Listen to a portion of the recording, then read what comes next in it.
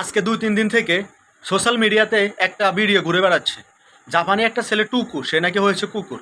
উপরের ভিডিওটা বিস্তারিত দেখলে বুঝতে পারবেন আসলে কি হয়েছে। কোটি টাকা খরচ করে মানুষ থেকে কুকুর হলেন এক যুবক। শুনতে অবিশ্বাস্য এবং অদ্ভুত লাগলেও নিজের শৈশবে সেই পাগলাটের শখ পূরণ করতে বিশেষ পোশাকে কুকুর সেজে বিশ্বজুড়ে শোরগোল ফেলে দিয়েছেন জাপানি যুবক টোকো। সোশ্যাল মিডিয়ায় খবর ছড়িয়ে পড়েছিল তিনি নাকি কোটি কোটি টাকা খরচ করে জটিল সার্জারির মাধ্যমে নিজেকে কুকুরে রূপান্তর করেছেন। কিন্তু আসল ঘটনা হলো তিনি কোনো কাটাকুটি বা অস্ত্রোপচার করেননি। মূলত জ্যাপেট নামের একটি বিখ্যাত কস্টিউম মেকিং কোম্পানিকে দিয়ে তিনি বানিয়ে নিয়েছেন রাফ কলি জাতের কুকুরের হুবহু দেখতে 4 কেজি ওজনের এক হাইপার রিয়েলিস্টিক পোশাক। দীর্ঘ 40 দিনের খাটুনি আর 220 কোটি টাকার খেসারত দিয়ে তৈরি করা এই কস্টিউমটি গায়ে জড়ালে দূর কিংবা কাছ থেকে বোঝার উপায় নেই যে ভেতরে একজন মানুষ আছে। বর্তমানে টোকো মাঝে মধ্যেই এই পোশাক পরে 4 পায়ে হামাগুড়ি দিয়ে ঘুরে ঘুরে বেড়ান, গলায় বেল্ট বেঁধে রাস্তায় হাঁটতে বের হন, এমনকি পার্কে গিয়ে আসল কুকুরদের সাথেও ভাগ জমানোর অদ্ভুত চেষ্টা চালান।